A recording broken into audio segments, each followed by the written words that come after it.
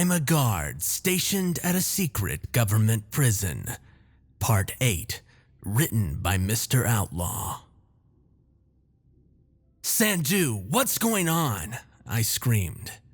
But my shouts were in vain as he pressed ahead, traversing through the blood, guts, and gore left in the wake of the voids without a second glance. I chased him for what must have been 15 minutes before he came to an abrupt stop. "What are you doing?" I gasped between breaths.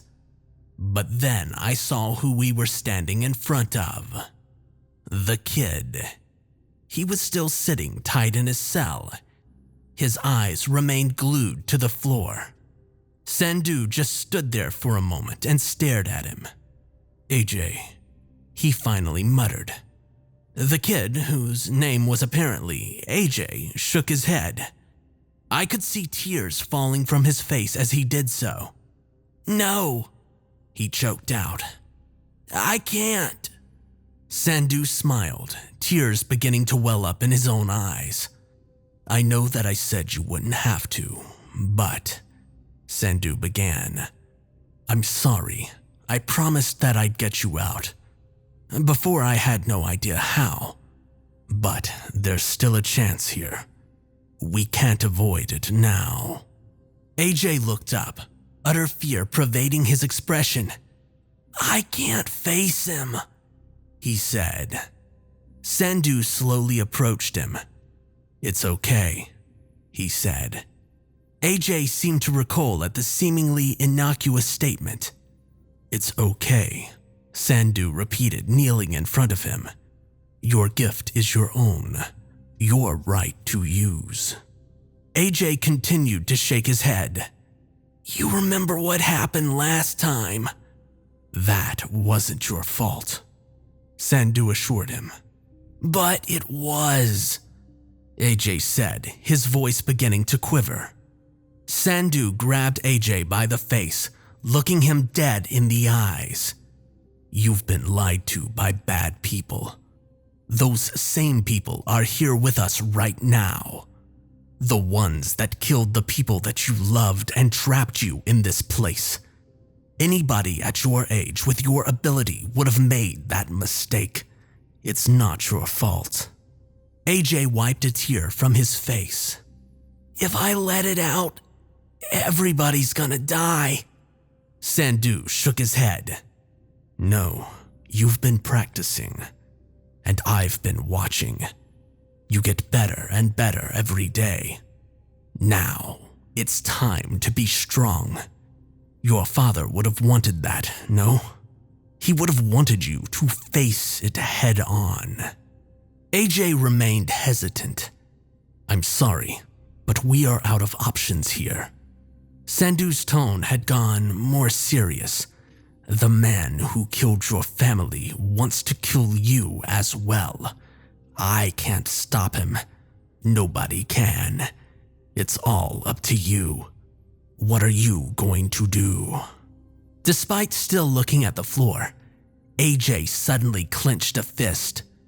I'm not sure if it was my imagination or what, but I could have sworn that there was a spike in the air pressure around us.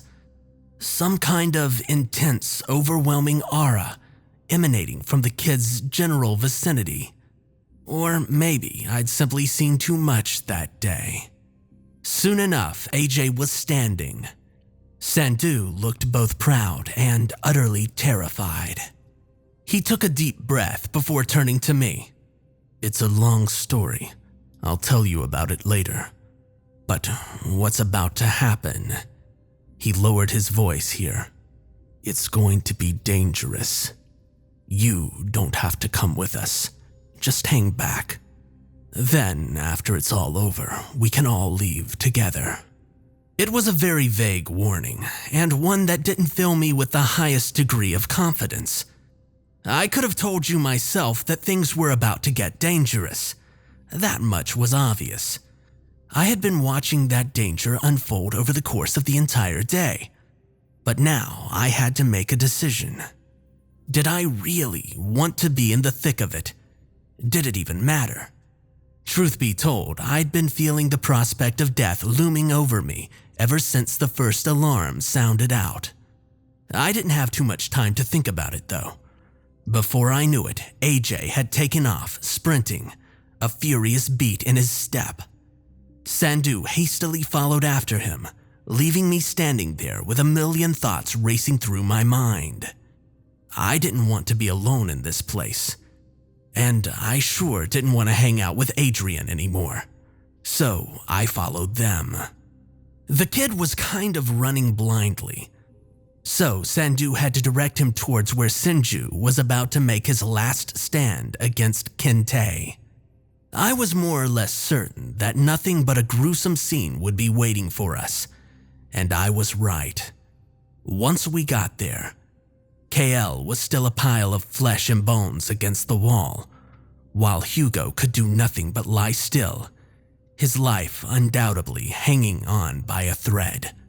Along with them, Sinju was flattened against the floor. Well, I'm fairly certain that it was him. It looked like someone had been run over by a steamroller. KL and Hugo looked beyond sullen, their faces wrought with bitter and painful defeat. "Did you guys come to finish the job?" KL asked us before letting out a short chuckle. "Well, nothing's stopping you." No. Are you guys all right?" I stammered out. It was a stupid question. "I'm in top condition, pal. Never been better," KL responded. "Where did he go?" Sandu spoke up. "The big psycho? He took off in that direction." He stretched his neck out, gesturing towards the walkway on the other side of us. "The guy didn't even look human when he turned our buddy over there into a pancake. He was muttering crap about finish the job and executing justice. What a clown." "Thank you," Sandu muttered, before turning to head off in the direction that he had indicated. Ajay was also starting to look a bit antsy. Something had definitely changed in his demeanor. Something dark. "Wait, hang on. Are you going after him? Aren't you guys like guards or something? How's that gonna work out? And that kid, isn't he? What's going on?" KL called after us. "It's kind of a bit complicated," I responded. But I think it'll work out." I really wasn't so confident in reality. KL scoffed / chuckled. "Right, of course. Well, it's not like I want you guys to lose." He smirked. "Go and kick his ass." I smirked back and nodded. But before you leave, could you do me one favor? Is the priest still alive? He hasn't said anything in a while, but I think I saw him twitching a bit." I looked over at Hugo. Despite his dead expression, he was still blinking every now and then. Yeah, I responded. KL rested his head on the wall and nodded. "Okay, good to know," was all that he said. After that short exchange, we were off running to face the insurmountable wall known as Kinte.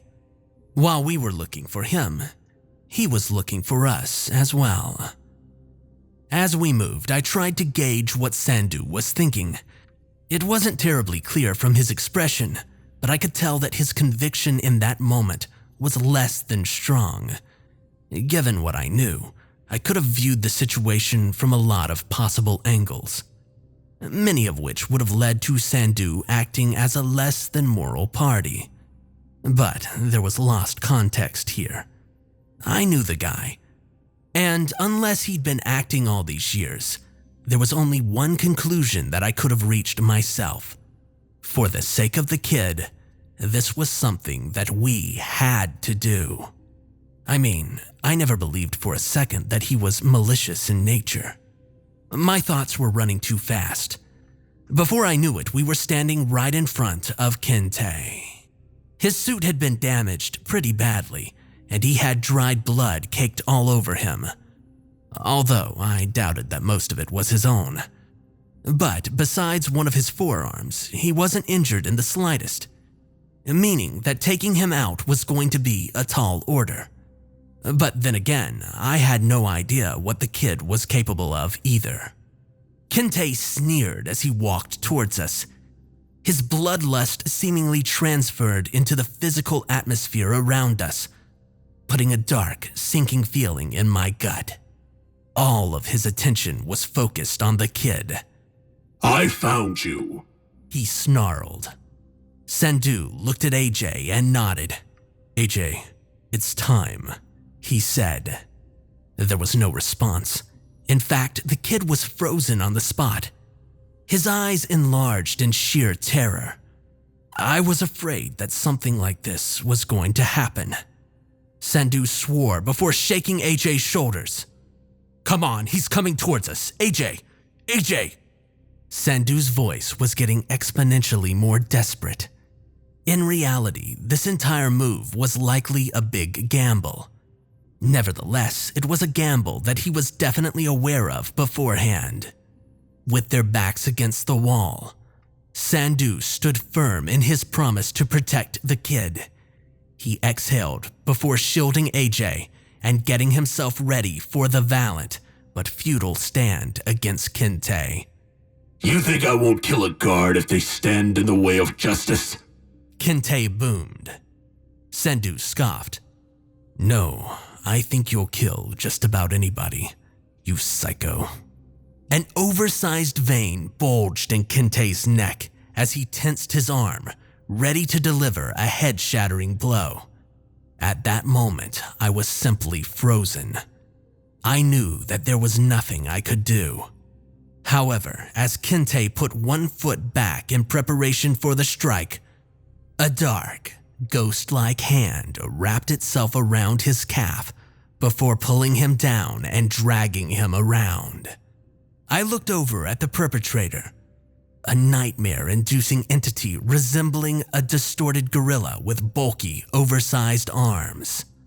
It dragged Kinte around on the floor, slamming him through a gauntlet of rails and pillars in the process. The gorilla creature didn't have the upper hand for long, though.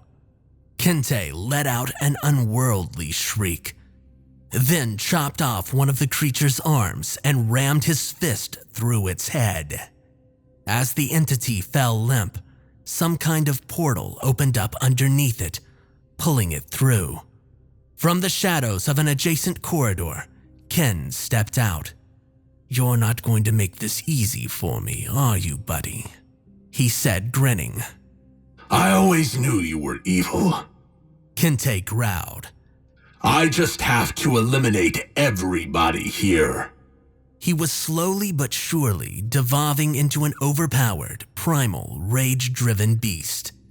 Ken, why are you? Sandu spoke up, sounding reasonably confused. Ken just shrugged. A promise is a promise, remember. More lost context here. Just what had Sandu been doing over the years, I wondered. Look out! Sandu's warning had arrived at an opportune time. Kinte had stepped forward, launching one of his colossal fists straight at Ken's head. Luckily for him, he managed to summon a creature to take the blow for him, just in time. He dove out of the way of a follow-up strike seconds later. Ken swore and then said, "This is going to be annoying." He looked up at Ajay. Come on, kid, I know what you can do. I can't, Ajay muttered, cowering down and visibly trembling with fear. I'm gonna kill. Well, we're all gonna die if you don't, I found myself shouting. Listen to Sandu, huh? There's no other option here. Now, my outburst probably wasn't all too helpful. But it was my own instinctual fear speaking for me. During the split seconds where my attention wasn't trained on Kinte, he'd gotten within inches of me. Before I knew it, I was feeling his iron grip around my right forearm. I could feel my bones being crushed in an instant before I was tossed hard into the wall. My vision faded for just a moment before all of the pain hit me at once. If I was useless in the fight before, I was now entirely out of commission. I could hardly move as my body slid down the wall and flopped onto the floor. I swore and spat out a wave of blood. I could only watch now. With the kids still being scared, there was really only one person capable of fighting. Ken opened up about 10 portals in a circle around him. Ah! He winced, his forearm veins pulsing like hell, while a stream of blood began flowing down from his hairline and his nose. God, I hate doing this, he said. All at once, a petrifying roster of esoteric, incomprehensible entities emerged from each of the portals.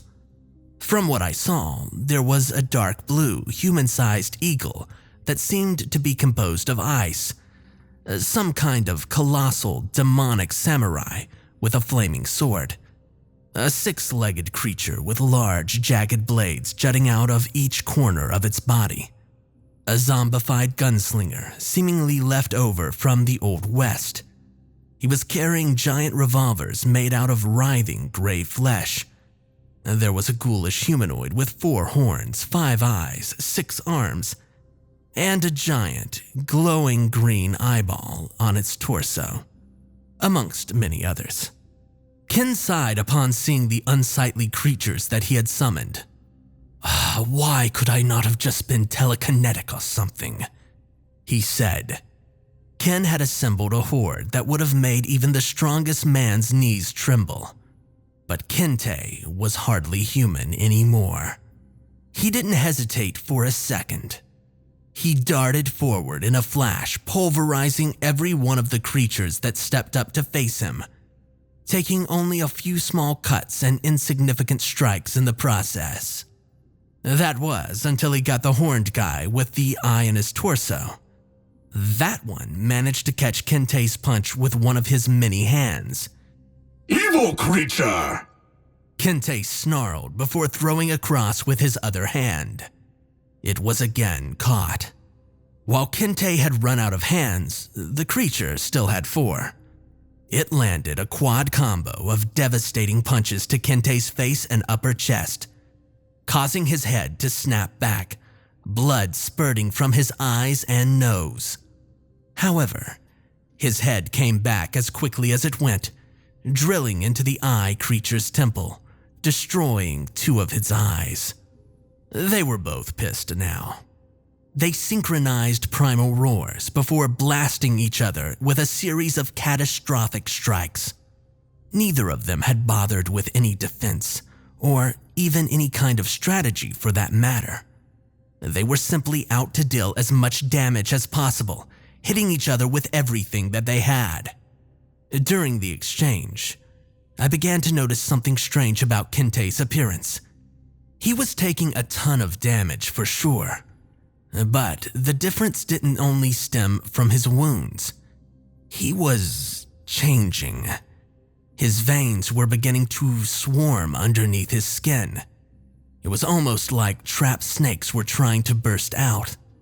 On top of that, he seemed to be getting bigger. In fact, he'd been getting bigger ever since he fought with Wu. I just hadn't quite grasped that fact until this point. He had towered over Sandu, who he was only supposed to have 2 inches on. Now he was dwarfing even the eye creature, who had been a comparable size to him mere minutes ago. What is this guy? I wondered out loud. Sandu had undoubtedly noticed it as well. I could see his eyes widening in terror at the sight. The creature lowered its head before rushing at Kinte horn first. It rammed all 4 horns into his abdomen, managing to dig each of them in about an inch into his flesh. Kinte's roars had also changed. They'd lost any sense of humanity. He was truly in the process of transitioning into a legitimate, bona fide monster. He had begun drifting away from conventional martial arts. He stuck his fingers out, thrusting 2 of them into the creature's eyes, before gouging them out in a bloody, slimy mess. Without giving an inch, he followed up by sinking his teeth into the creature's chest, tearing out chunks of pulsating green flesh. He finished the deadly combination by drilling his knee into the creature's torso eye, taking it out while dissolving his own flesh and bones in the process. As he began to collapse, he grabbed the creature by the neck and took it down with him, putting it into a brutal, one-legged guillotine choke. He'd exerted so much pressure that its head popped off completely after a few seconds. Ken was starting to look very worried. With blood still dripping from his nose, he summoned another portal, in which a humanoid squid creature emerged. It was no use. That creature was taken out in one swipe by Kinte. He blitzed it from a one-legged crawl/run hybrid. Ken suddenly swore, and that was all he managed to get out before being picked up and slammed savagely into the floor. That would have been the end for him as well, had he not summoned another portal underneath his back at the last moment. This allowed him to land on the soft body of some kind of slime creature, as opposed to the hard metal floor. He rolled away, hardly managing to dodge a follow-up stomp that not only decimated the creature, but the floor itself. Now wheezing and bloody all over, Ken looked up at Sandu, his face twisted in fearful desperation. No, he wasn't looking at Sandu. He was looking at the kid. "Come on," he muttered. "I know you can do it." The kid's expression didn't waver. There was no spark returning to his frightened eyes. "It's hopeless," I thought to myself. Do your memories really flash before your eyes when you're about to die? Well, some of them do. The ones worth remembering. An attempt to justify the way that you lived, the decisions that you've made. In that moment, you come to one daunting realization. You were there, in the midst of the mystery known as life itself, and now it's all about to fade. As another tear began rolling down the kid's cheek, I could feel one rolling down my own. Ken sighed. "I know you're scared, but we don't have any time here. Please." Sandu put his hand up, stopping Ken mid-sentence.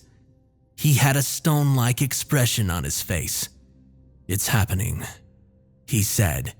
Ken looked up, confused. "What?" I wasn't quite sure of the answer myself, but I got the gist of it. Ajay's body was beginning to visibly vibrate, or at least something to that effect.